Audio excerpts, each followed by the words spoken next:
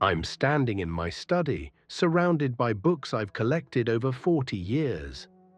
Some I've read 3 times, others I've never opened. And I find myself asking, which of these objects define me?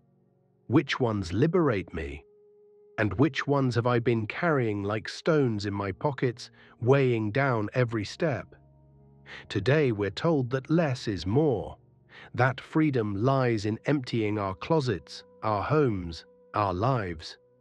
Minimalism has become the philosophy du jour, a rebellion against the suffocating excess of consumer culture. But I wonder, have we simply found a more refined way to consume? A more elegant cage? I'm Adrian Vale, and for the next 15 minutes, I want to explore a paradox: the philosophy of minimalism. Is it truly a path to liberation, or have we merely rebranded asceticism as aesthetic, turning poverty into privilege and emptiness into status? Let's begin where all good philosophy begins, with doubt. Minimalism isn't new, not by 2,000 years. The Stoics understood something profound about possession. Marcus Aurelius, Emperor of Rome, a man who could have anything, wrote in his Meditations, "Very little is needed to make a happy life. It is all within yourself, in your way of thinking." Epictetus went further. He taught his students to distinguish between what is up to us and what is not. Our possessions, not up to us. They can be stolen, destroyed, lost, but our character, our judgments, our responses, these are ours. This is where freedom lives. Travel east, and you find the Buddha teaching his monks to own nothing but a robe, a bowl, and a water strainer. Not as punishment, but as practice.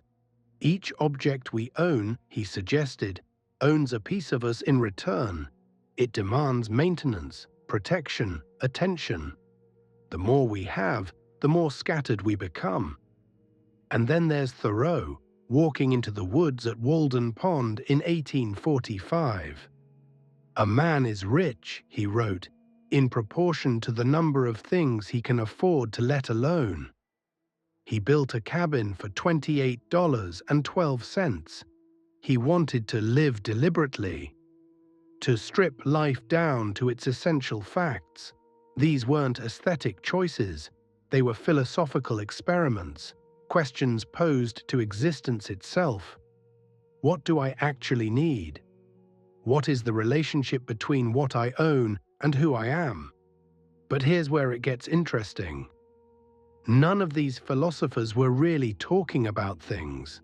They were talking about attachment, about the stories we tell ourselves, about identity.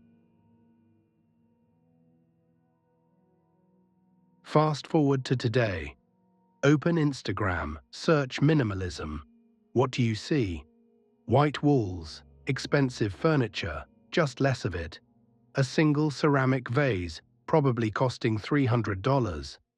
A capsule wardrobe of investment pieces. Marie Kondo asking if your possessions spark joy, which sounds spiritual until you realize it's still about curating objects, just more mindfully. Something has shifted. Ancient minimalism was about detachment. Modern minimalism often seems to be about curation. It's not that we want less, we want better. We want the right things, the perfect things.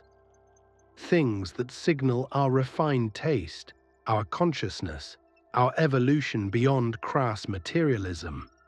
I call this the minimalist paradox. We're using non-consumption to consume identity. Think about it. The aesthetic of minimalism, the clean lines, the empty spaces, the neutral tones, requires resources. It requires space itself, which in our cities is the ultimate luxury. A minimalist apartment in Manhattan costs more than a cluttered one in the suburbs. The ability to own just a few quality items presupposes you can afford quality. There's a phrase I've heard, "I'm so rich, I don't need to prove it." Minimalism, in this light, becomes a kind of conspicuous non-consumption, a way of saying, "I've transcended the rat race, I'm above it all. Look at my emptiness, isn't it expensive?" The Stoics would be puzzled. The Buddha would raise an eyebrow. Thoreau would probably laugh and go back to his beans.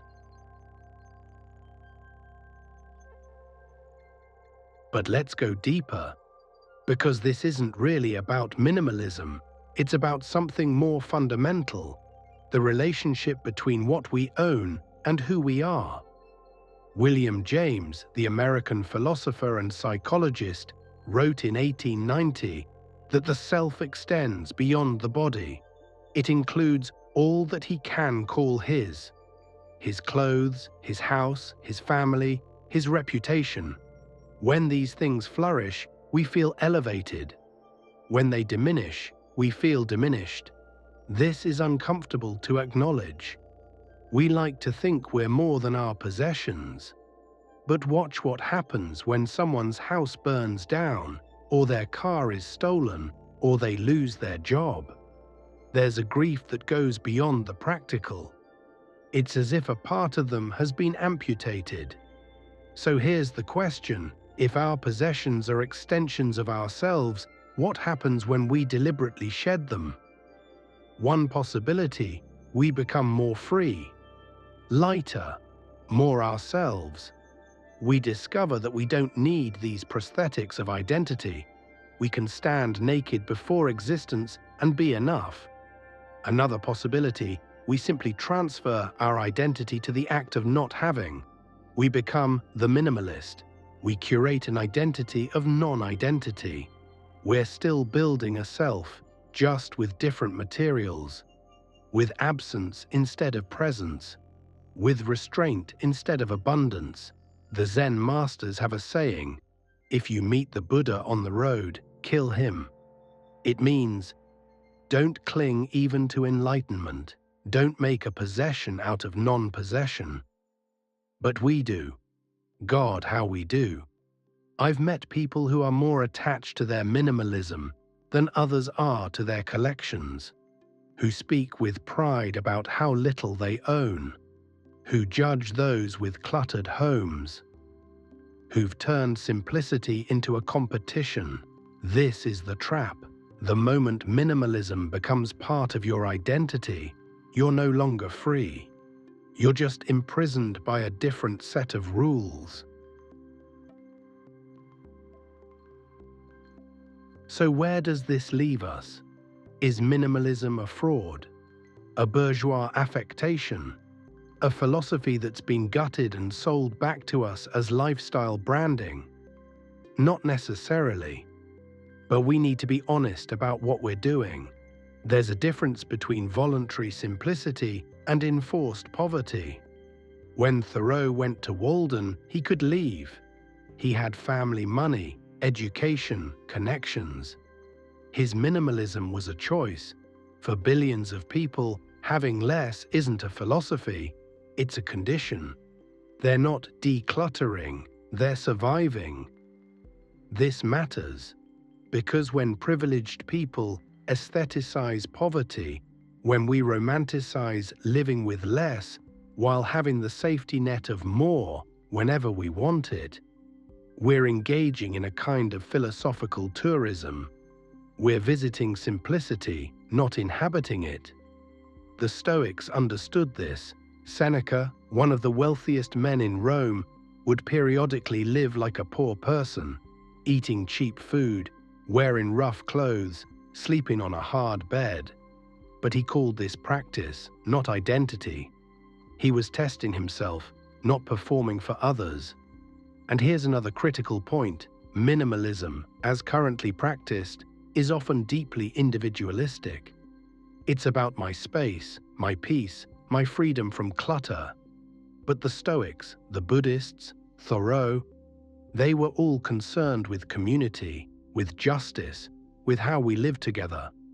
Thoreau didn't go to Walden just to simplify his life. He went to protest. He was opposed to slavery, to the Mexican-American War, to a society that valued profit over principle. His minimalism was political. What is our minimalism protesting? Or have we turned rebellion into interior design? I don't want to end on cynicism, because I do believe there's something valuable here, something worth rescuing from the Instagram aesthetic and the lifestyle blogs. Authentic minimalism, it seems to me, isn't about having less. It's about wanting less. It's about examining the mechanisms of desire itself. Why do I want this? What am I actually seeking? Is it the object, or is it the story I tell myself about who I'll become once I have it? And if I don't get it, what then? Can I still be whole? These are the questions the ancient philosophers were asking, and they're still the right questions. Here's what I've learned after 58 years of accumulating and releasing, wanting and letting go. Freedom isn't in having nothing, it's in needing nothing. And those are very different states. You can own books and not need them to prove you're intelligent. You can have a home and not need it to validate your success. You can possess things without being possessed by them. But this requires practice, constant, honest practice.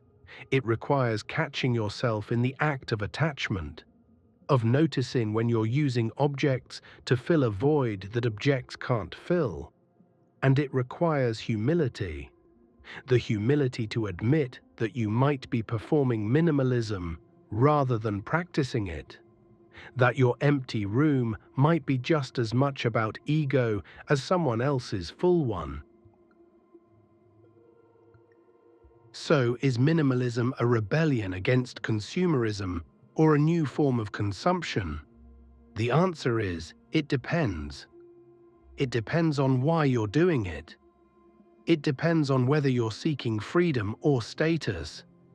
It depends on whether you're willing to question not just what you own, but who you think you are. I'm looking at these books again. Some of them I'll keep, not because they spark joy, but because they've shaped how I think. They're not decorations, they're tools, companions. Others I'll release, not to be a minimalist, but because carrying them has become a burden I no longer choose. The question isn't, how little can I own? The question is, what serves my life? What serves the life I want to live? And what am I carrying out of fear, or habit, or the need to be seen a certain way? These are hard questions. They don't have aesthetic answers. They have philosophical ones. And philosophy, real philosophy, isn't about arriving at a perfect system. It's about staying in the question, living in the tension, being honest about the contradictions. Maybe that's the real minimalism. Not empty rooms, but empty pretense. Not fewer possessions, but less attachment. Not a lifestyle, but a practice.